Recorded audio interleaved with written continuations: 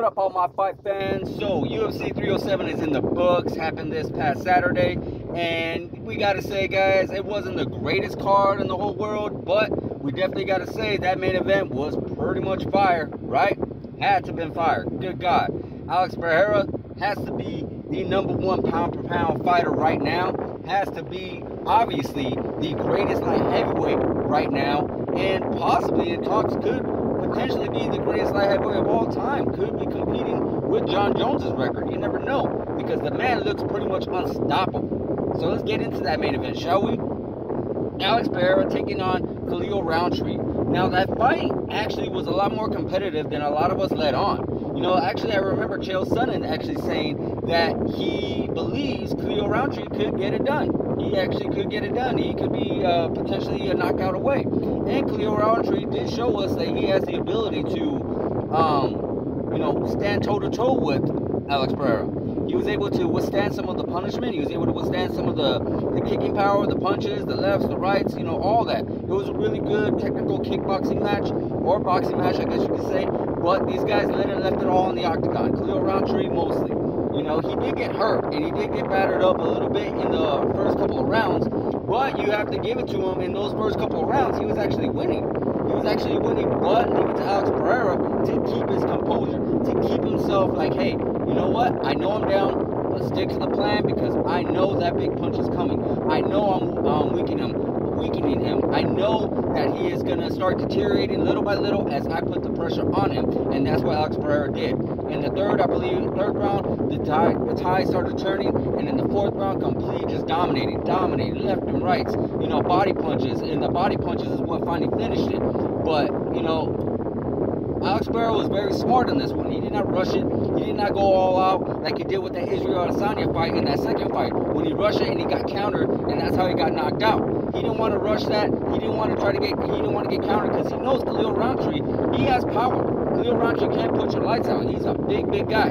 So the fact that he did not do that just shows how smart Alex Pereira is getting little by little. How intelligent he's actually being able to be inside the octagon. So the guy is just pretty much becoming more and more unbeatable. The guy's just only getting better. Yes, he is 37, but the fact that he's only been in the UFC for no more than, what, 3 years? If not less, and becoming a 2-division champion of the world with his resume just speaking, you know, crazy,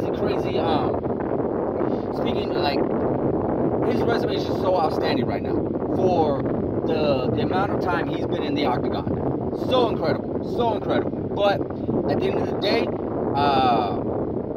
we all know that he has more to prove. He has not necessarily been up against wrestlers just yet, or real technical wrestlers, guys like Ankalaev and a few others in the light heavyweight division. But I'm sure his time will come. And let's get into that, right? What is next for Alex Pereira? Because Alex Pereira is pretty much cleaning out that division, the light heavyweight division. There really is not a whole lot left, except for Rakic, Ankalaev, like we just mentioned, maybe possibly Anthony Smith. I mean, again, these guys, there's not a whole lot going on in the light heavyweight division right now. There really isn't. You know, he's already knocked out all the stars. He's already knocked them all out. He's already showcased that there really is no need for a rematch for any of these guys, like a Jamal Hill, like a Yuri Prochazka, maybe a Blachowicz, if Blachowicz is able to, you know, put together a winning streak. You know, maybe that's something there, because he did give Alex Pereira a little bit of a tougher fight, but we did know later on that Alex Pereira was actually hurt going into that fight. So, hey, you never know. But that's somebody that could potentially happen. But again, there's not a whole lot of excitement for Alex Pereira in the light heavyweight division. So what do we do with him? Honestly, I think everyone wants to see him go up to heavyweight, take on the likes of Jon Jones. How crazy would that be?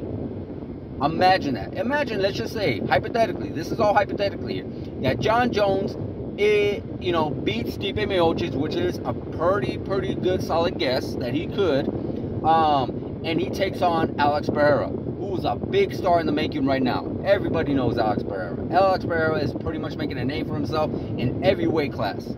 Everybody wants a piece of him.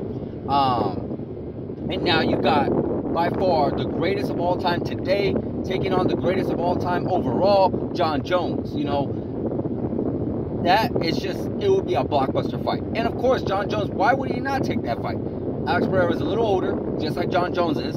Alex Pereira does not know how to wrestle. Jon Jones does. It's pretty much a more easier fight for Jon Jones than it is for him to face anybody else in the heavyweight division, like a possible Tom Aspinall, who's a much younger, who's a Brazilian black belt, jiu-jitsu, who's a Brazilian black belt, I should say.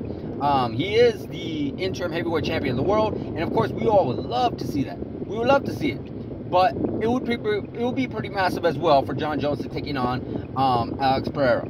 Mostly for Alex Pereira, not for Jon Jones. Jon Jones, it would just be more of a like, hey, he's picking an easier fight than just like he is doing, you know, right now with Stipe Miocic instead of taking on Tom Aspinall.